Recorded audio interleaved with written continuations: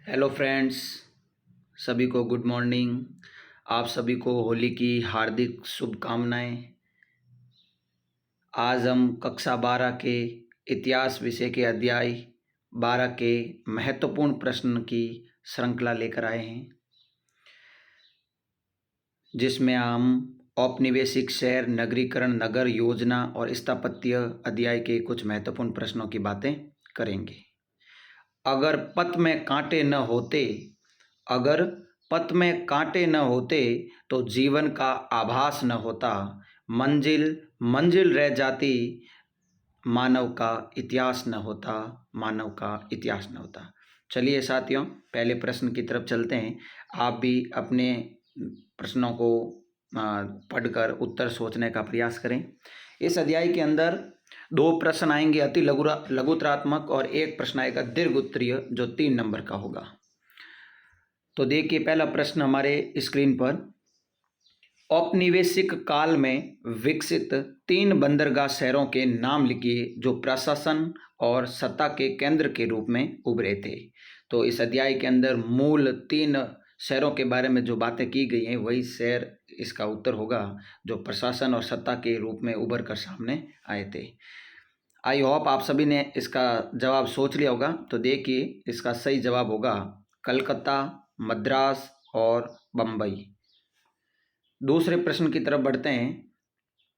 औपनिवेशिक काल में विकसित कोलकाता, बम्बई, मद्रास मूलतः किस प्रकार के गांव थे? तो साथियों बताइए, औपनिवेशिक काल के अंदर विकसित कोलकाता, ये कोलकाता आप कलकत्ता समझ सकते हैं, क्योंकि उस समय कोलकाता नहीं कहते थे, इसको कलकत्ता ही कहा जाता था। तो कलकत्ता, मुंबई और मद्रास किस प्रकार के गांव थे, यहाँ पर किस प्रकार के कार्य हुआ करते थे? तो साथियों देखिए, इसका सही जवाब होगा मत्स्य ग्रहण यानी मछली पालन और बुनाई के काम। फिर साथियों तीसरे प्रश्न की तरफ बढ़ते हैं।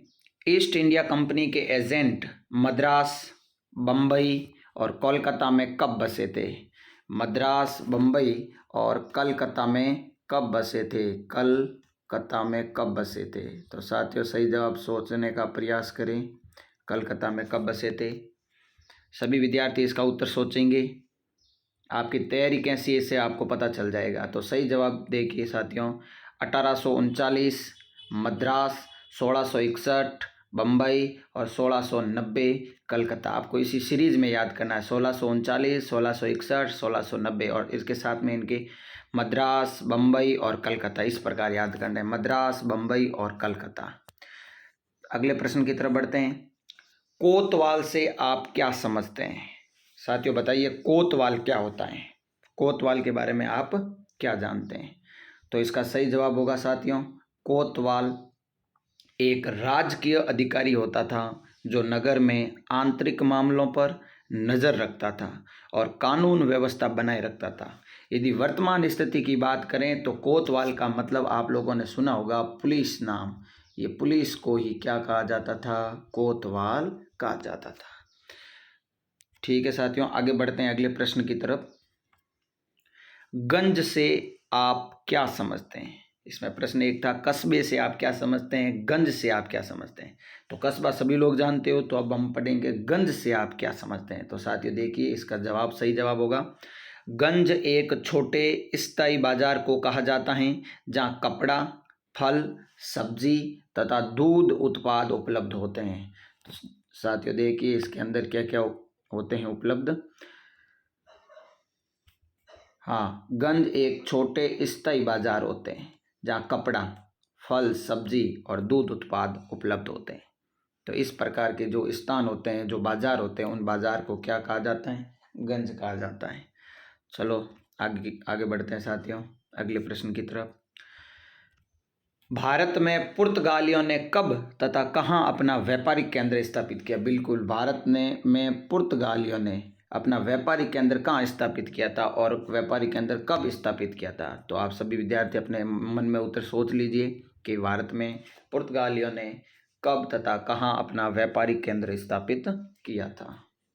इसका सही जवाब हो जाएगा 1510, और पणजी, पणजी कहाँ है? गोवा के अंदर। तो ध्यान रखना, गोवा के अंदर पुर्तगाली सबसे पहले आए थे और 1510 में आए थे। चलो साथियों, अगले प्रश्न की तरफ बढ़ते हैं। भारत में डचों ने, पहले हमने बात की पुर्तगाल की, फिर हम अब बात कर रहे हैं भारत में डचों ने कब तथा कहाँ अपना आधार स्थापित किया, यानी अपना अधिकार जमाया था। तो साथियों, इसका सही जवाब आप सोचिए। तो आगे बढ़ते हैं इसके सही जवाब की तरफ। इसका सही जवाब होगा 1605 और मछलीपट्टनम। तो ध्यान रखना, 1605 मछलीपट्टनम। और पुर्तगाली 1510 गोवा, यानी पणजी लिख सकते हैं, पणजी। तो ध्यान रखना, पुर्तगाली 1510 और डच 1605 मछलीपट्टनम है। अगले प्रश्न की तरफ बढ़ते हैं। फ्रांसीसी द्वारा भारत में अपना व्यापारिक केंद्र कहाँ तथा कब स्थापित किया? फ्रांसीसी, हमने पुर्तगाल के बारे में पढ़ा था, पुर्तगाल 1510 पणजी। फिर हमने पढ़ा था डचों के बारे में 1605 मछलीपट्टनम। अब हम पढ़ रहे हैं फ्रांसीसी द्वारा भारत में अपना व्यापारिक केंद्र कहाँ तथा कब स्थापित किया गया। तो साथियों, इसका सही जवाब होगा 1673 पांडिचेरी, 1673 पांडिचेरी। तो तीनों आपको याद रखने हैं, 1510, फिर 1605 और एक 1673 में पांडिचेरी। ठीक है साथियों, आगे बढ़ते हैं अगले प्रश्न की तरफ।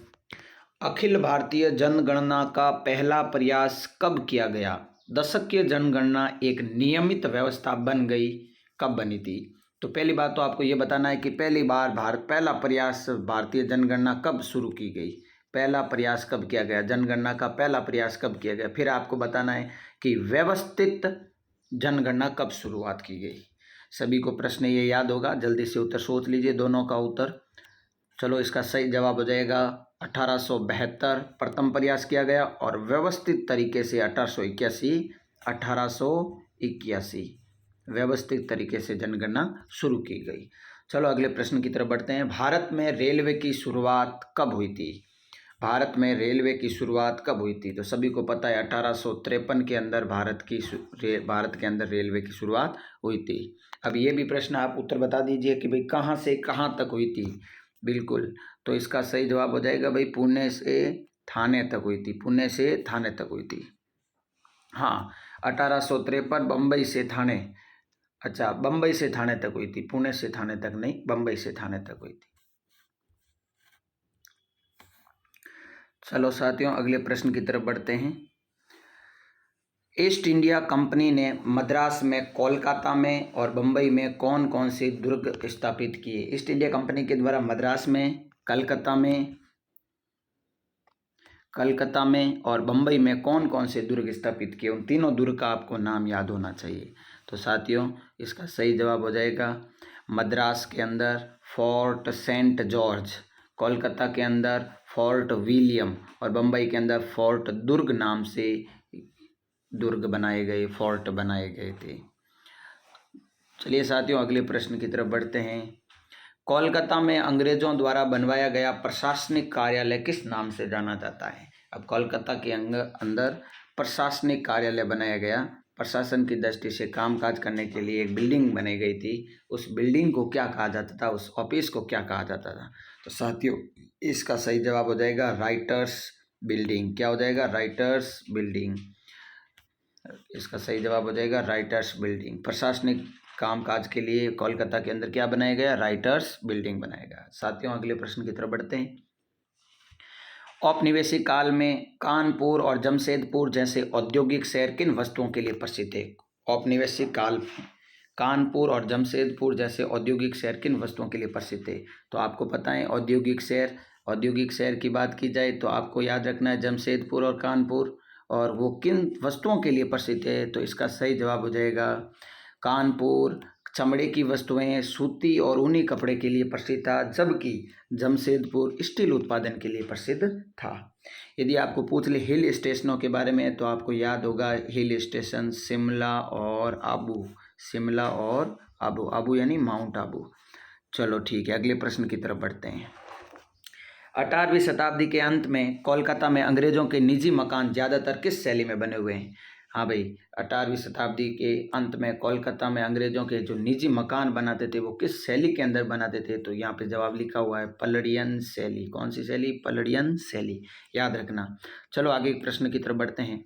सिविल लाइन से आप क्या समझते हैं? सिविल लाइन किसे कहा जाता है? तो 1857 के विद्रोह के बाद जब विकसित हुए नए शहरी इलाके जिनमें केवल अंग्रेजों को यानी गोरों को बसाया गया, उसे हम क्या कहा जाता है? सिविल लाइंस कहा जाता है। तो ध्यान रखना, 1857 के विद्रोह के बाद विकसित नए शहरी इलाकों जिनमें केवल गोरों को बसाया गया, उन्हें सिविल लाइंस कहा जाता था। चलिए अगले प्रश्न की तरफ बढ़ते हैं।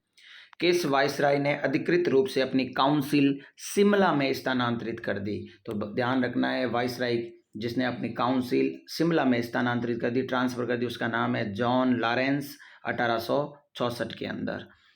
चलो साथियों अगले प्रश्न की तरफ बढ़ते हैं। अंग्रेजों द्वारा किन स्थानों को सेनेटोरियम के रूप में विकसित किया गया? सेनेटोरियम के रूप में हिल स्टेशनों को विकसित किया गया, और मैंने आपको पहले ही बता दिया हिल स्टेशन कौन से थे।